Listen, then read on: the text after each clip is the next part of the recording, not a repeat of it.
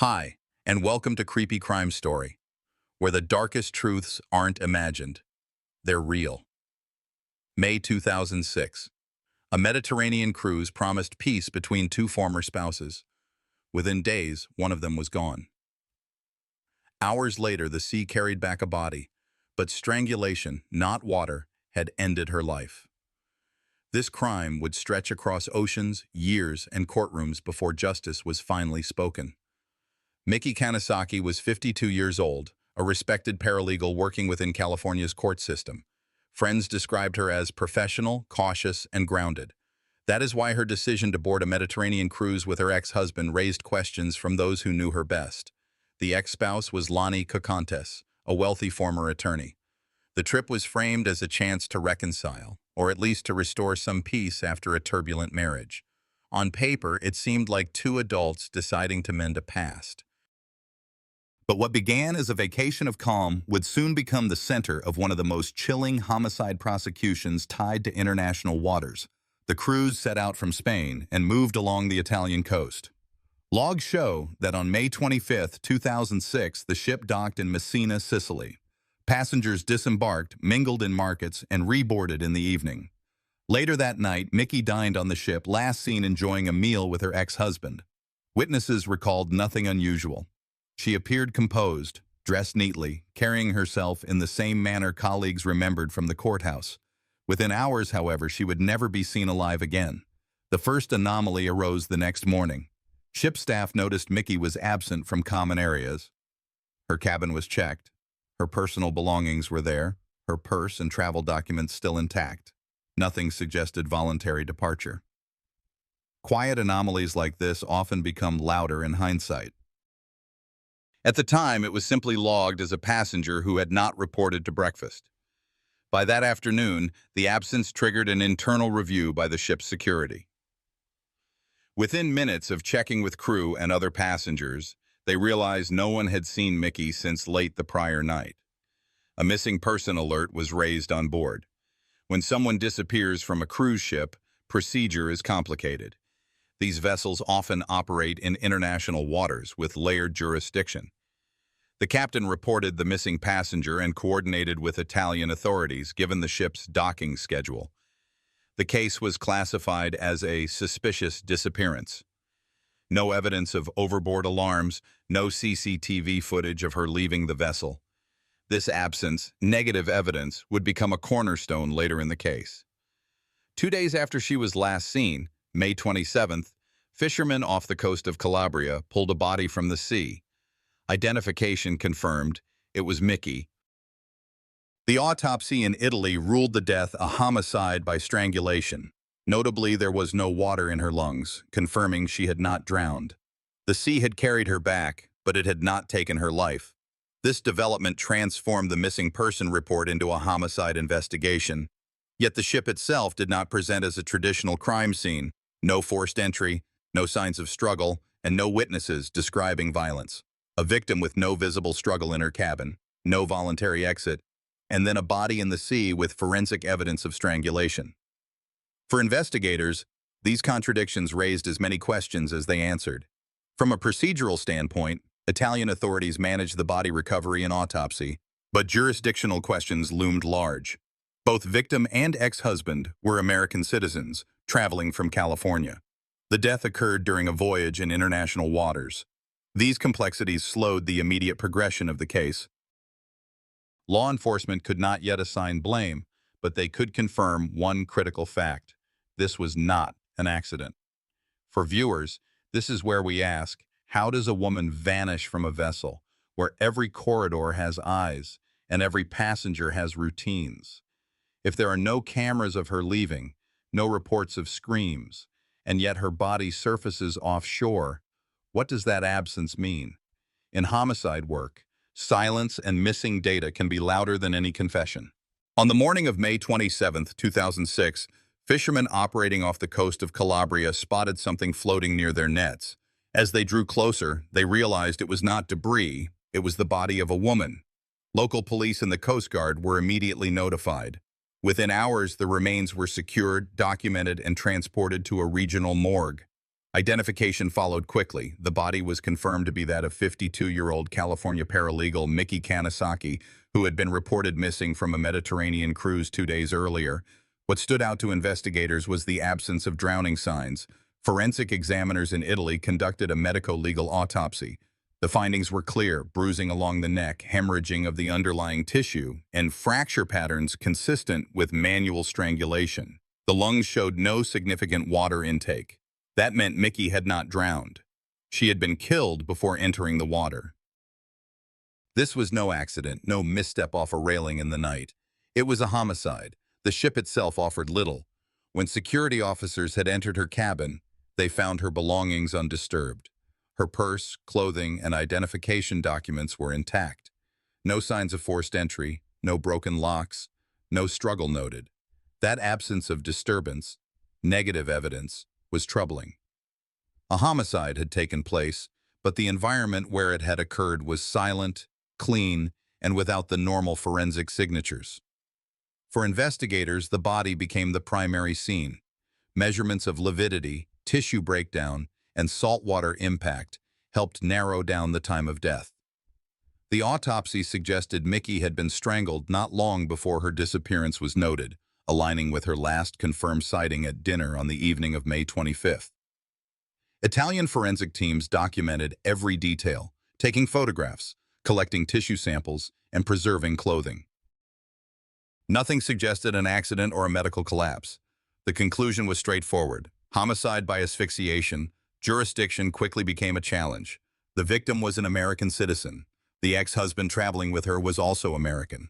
The body surfaced in Italian waters, but the disappearance had been logged while the ship was underway. International maritime law dictated Italian officials manage the body and autopsy, but the case could not be closed without coordination with U.S. authorities. The FBI was notified through consular channels, and initial case files were shared across borders. At this stage, the case moved from a missing passenger to an international homicide file. But the silence of the ship environment remained the dominant problem. There were no witnesses describing conflict, no camera footage of Mickey leaving, and no alarm indicating an overboard fall. The absence of data aligned too neatly. Sometimes that was the problem. For viewers, this raises an unavoidable question. If a woman is killed by strangulation, yet no one hears or sees the event on a crowded vessel, how does that happen? Does silence mean concealment? Or does it mean the opportunity was more controlled than anyone wanted to admit? When Italian authorities confirmed that Mickey Kanasaki had died by strangulation, investigators turned back to the ship she had last been seen on. If the body was now the central evidence, the vessel itself was expected to yield supporting clues. Yet, as investigators worked through reports from crew and passengers, what they found was unsettling in a different way: an absence of evidence where it should have existed. The cruise ship's security records showed that Mickey had last been observed the night of May 25th, sharing dinner with her ex-husband.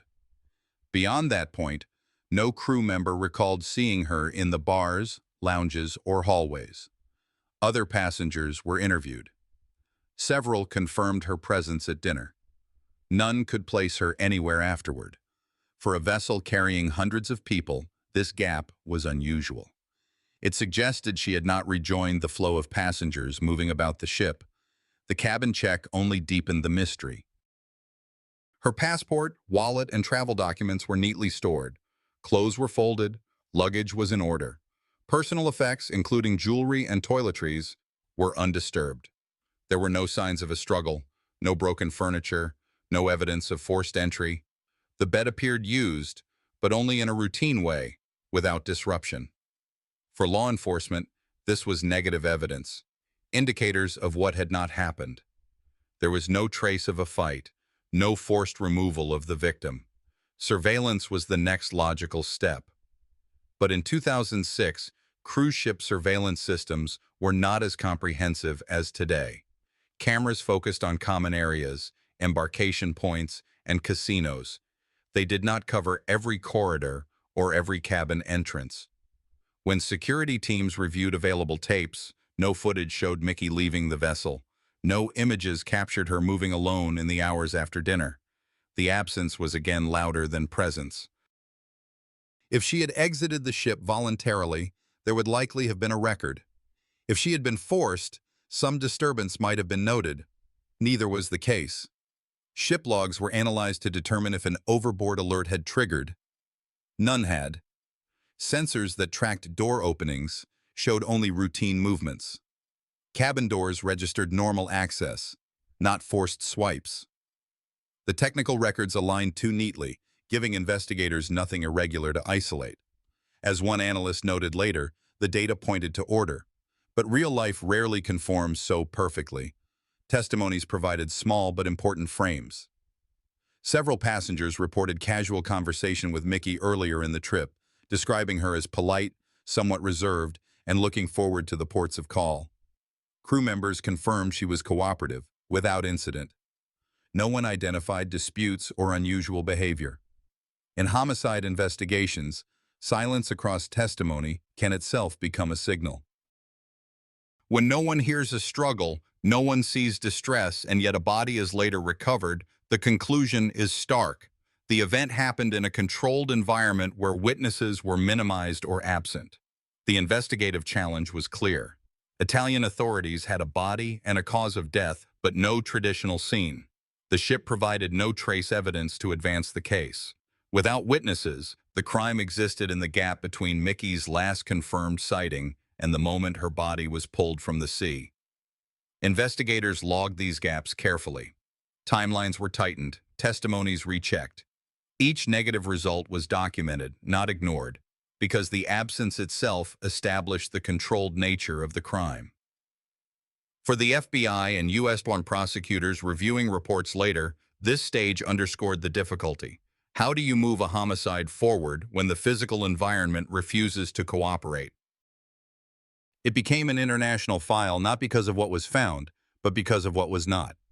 There is a human weight in these absences. Families expect answers. Colleagues who worked with Mickey in California wanted to know why a professional, cautious woman could vanish without trace. Investigators balanced the forensic silence with the responsibility to show that silence itself was evidence. At this point in the story, the question for any observer is straightforward.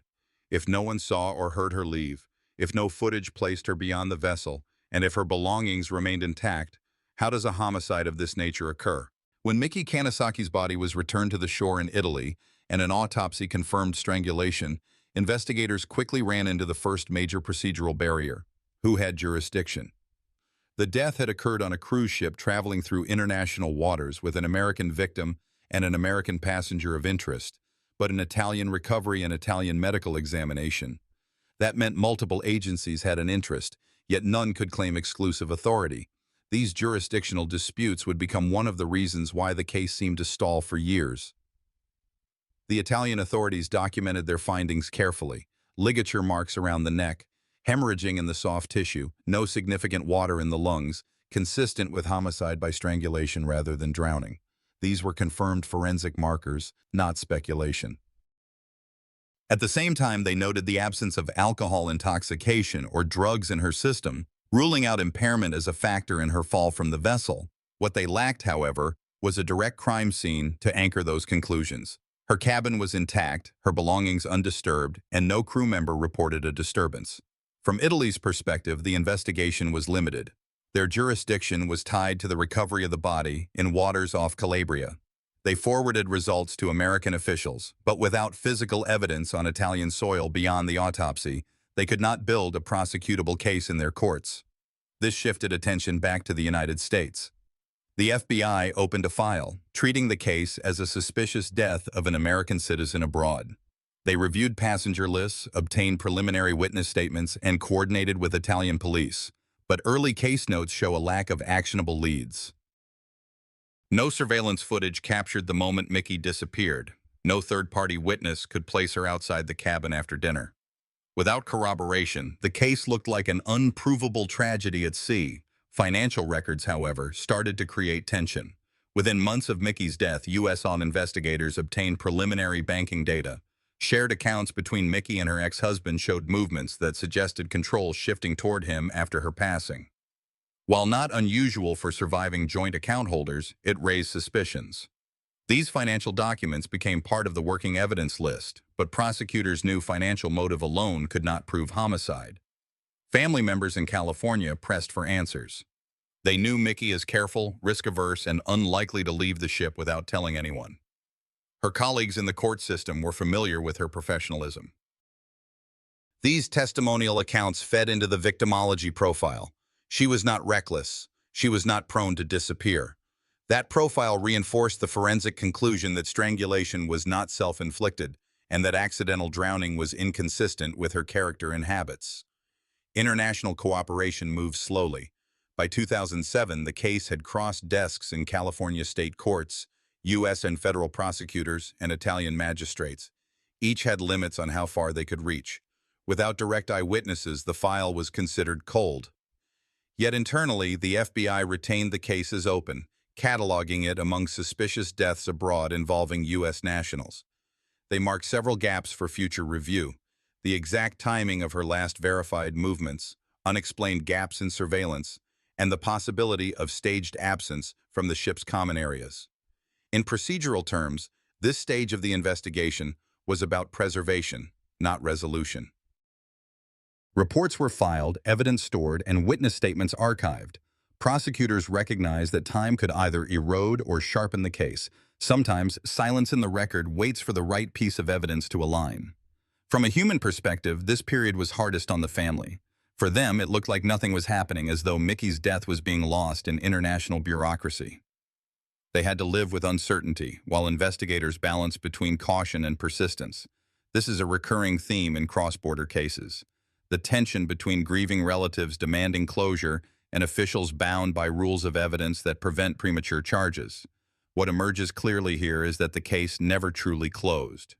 Though dormant, it sat in files waiting for financial anomalies, new testimony, or cooperating witnesses. That persistence would matter later, when years of dormancy gave way to a breakthrough. By the time 2010 arrived, Mickey Kanasaki's death was still officially classified as a homicide, but the case had stalled. The autopsy in Italy established strangulation. The FBI and U.S. prosecutors had copies of the medical findings, financial records, and passenger data. Yet without a clear chain tying the crime to an individual, no indictment could hold. For families and investigators, it was the worst outcome: strong suspicion, but no closure. Cases like this often go dormant, but dormancy doesn't mean abandonment. In reality, investigators had been building a slow, meticulous foundation, piece by piece. The most significant shift came from financial analysis. Joint accounts between Mickey and her ex-husband Lonnie Cocantes became a focal point.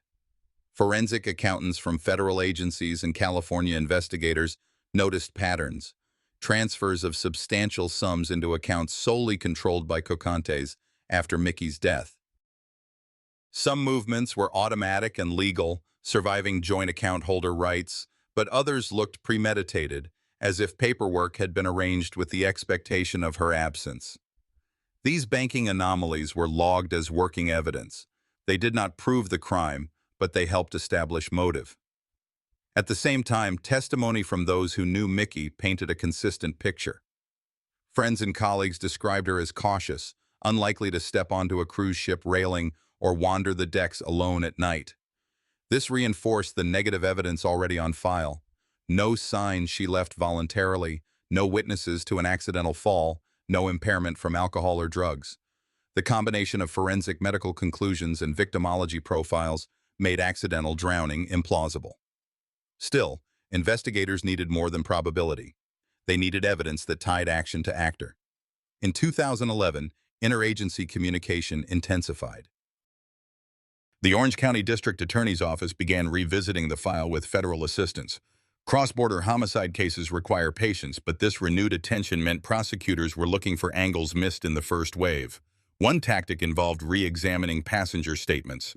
Early reports from fellow travelers and crew had been treated as routine, but with time and context, small details gained new weight. Passengers recalled seeing Mickey and Lonnie dining together, but not later that night. Crew noted that Lonnie appeared composed when he reported her missing, an observation not unusual on its face, but now preserved as circumstantial evidence. The most critical forensic development came not from the sea, but from the United States. Search warrants executed in California uncovered financial documents, property transfers, and records of communication that aligned suspiciously with the timing of Mickey's death. Bank accounts in her name were consolidated under Lonnie's control. Life insurance and property holdings were reviewed. Though insurance payouts had not yet been made, the potential financial benefit was clear. In forensic accounting, timing is everything, and here the timing was too precise to ignore. This financial trail also intersected with personal history. Divorce filings, property disputes, and prior testimony in unrelated matters showed a complex relationship between Mickey and her ex-husband. They traveled together even after divorce, a fact that confused outsiders but reflected a pattern of on and off companionship. To investigators, it also raised the possibility that a veneer of reconciliation could have masked preparation for exploitation. By 2012, prosecutors felt the file had matured. They convened meetings with federal agents to test theories of charging. The question was whether evidence, largely circumstantial but consistent across financial, testimonial, and forensic dimensions, could meet the standard of proof beyond a reasonable doubt. Cold case prosecutors are often cautious, but they also know that waiting too long risks losing witnesses and fading memories. In May 2013, the shift turned into action. Lonnie Cocantes was arrested in California on suspicion of orchestrating the crime. It was a procedural leap. Investigators had finally moved from motive and suspicion into formal charges. The arrest documents cited financial gain as a driving factor, reinforced by the medical examiner's finding of strangulation and supported by testimonial evidence from friends, colleagues, and cruise passengers. The cold case had officially become an active prosecution. This arrest was more than just a tactical decision, and it reflected a larger principle in homicide investigations. Persistence pays. Cold files can sit for years, appearing dead, but when carefully preserved, they remain vulnerable to reactivation. The evidence in Mickey's case had not changed. It had been there since 2006. What changed was the lens through which prosecutors viewed it, the connections between banking records, medical conclusions, and character testimony. For viewers, the question is often how authorities decide when to move forward. Why not act in 2006 or 2007 when suspicion already existed? The answer lies in procedural caution. Early arrests without solid evidence can collapse in court, jeopardizing the chance of conviction forever. By 2013, with a more complete record, prosecutors could argue that the pieces formed a coherent whole, a crime planned, executed, and disguised as an accident at sea. The arrest in 2013 was only the beginning of a legal process that would stretch for years, marked by motions, hearings, and competing narratives. Prosecutors in Orange County entered the case with a burden unlike most homicide trials. They had no bedroom to search, no house sealed off with yellow tape, no car abandoned on a roadside.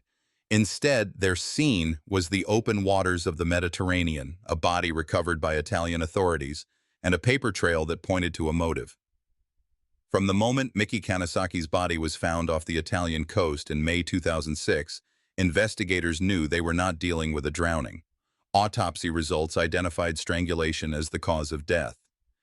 The absence of water in her lungs proved she had not simply fallen overboard. For several years, the case sat unresolved. Jurisdictional boundaries between Italy and the United States, coupled with the absence of a clear suspect charged, meant little progress was visible to the public.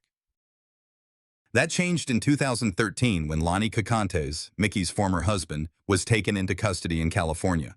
The prosecution built their strategy on two pillars: forensic pathology and financial motive. Medical experts explained to the jury that bruising patterns on Mickey's neck were consistent with manual strangulation. Hemorrhaging within the tissues of her throat confirmed pressure had been applied long before her body entered the water. Jurors were shown autopsy photographs enlarged on courtroom screens, alongside clinical testimony that emphasized the difference between drowning and suffocation. Financial specialists then mapped out a trail of transactions. Records showed significant efforts to consolidate funds into accounts controlled by Cocantes after Mickey's death. Transfers from joint holdings to individual accounts were highlighted, presented not as coincidence but as evidence of premeditation. Prosecutors argued that this financial trail was not simply a side effect of Mickey's death, it was the motive driving it. Witnesses added human context. Friends and co-workers testified that Mickey had been reluctant to travel with her ex-husband. One recalled her expressing unease about the cruise, even though she hoped the trip might ease tensions. These accounts gave jurors a window into Mickey's state of mind in the days before she vanished, contrasting with the defense's attempt to present the journey as a friendly reunion. Defense attorneys challenged the case by emphasizing its circumstantial nature. They reminded jurors that no one had witnessed the act, that the Mediterranean's vastness could never be fully searched, and that Italian authorities had not preserved every possible detail when the body was recovered. They urged the jury to see gaps as doubt, but the medical findings and the money trail remained firm. By early 2020, after years of delays and legal maneuvers, jury selection began. Courtrooms filled with charts of bank transfers, expert testimony, and somber recollections. In closing arguments, prosecutors described a calculated act carried out in international waters to silence a woman and secure her wealth. The defense argued that the absence of a direct witness or physical scene left too many unanswered questions. The jury deliberated carefully. They had heard from forensic pathologists, financial analysts, and friends of the victim. They weighed the absence of drowning indicators against the presence of neck trauma. They considered the suspicious timing of financial transfers. When the verdict was read, it was definitive: guilty of first-degree murder. The sentence came quickly: life imprisonment without the possibility of parole. There would be no second chance, no eligibility for release. The trial closed a case that had spanned oceans and years. What began as a Mediterranean cruise sold as a peaceful journey had ended in a courtroom half a world away, with justice declared in Orange County, California. The lesson was clear: a homicide case can be built without a traditional crime scene if investigators are willing to trace every piece of forensic and financial evidence. It was a reminder that persistence matters, and that even crimes carried out in international waters can be brought back into the reach of justice. After the 2020 verdict, the courtroom quieted, but the legal machinery did not stop. Any life without parole sentence in California almost automatically triggers an appeal. Attorneys for Lonnie Cacantes filed motions alleging evidentiary errors, arguing that the reliance on financial records and forensic pathology without an eyewitness rendered the trial unfair. They pointed to jurisdictional complications. Italy had recovered the body, the United States prosecuted the crime, and evidence had traveled across 2 countries before being shown to a jury.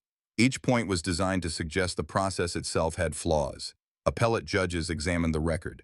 They reviewed transcripts from expert testimony, autopsy reports, and cross-examinations. What stood out was that despite the absence of a traditional crime scene, the findings remained consistent. Bruising consistent with strangulation, hemorrhaging in the throat, no water in the lungs. They also noted that financial transfers took place in a precise window following Mickey's death. Far from undermining the conviction, these elements reinforced the prosecution's case. In 2022, California's 4th District Court of Appeal issued its decision. The conviction stood. Judges ruled that circumstantial evidence, when consistent and overwhelming, was enough to sustain a murder verdict.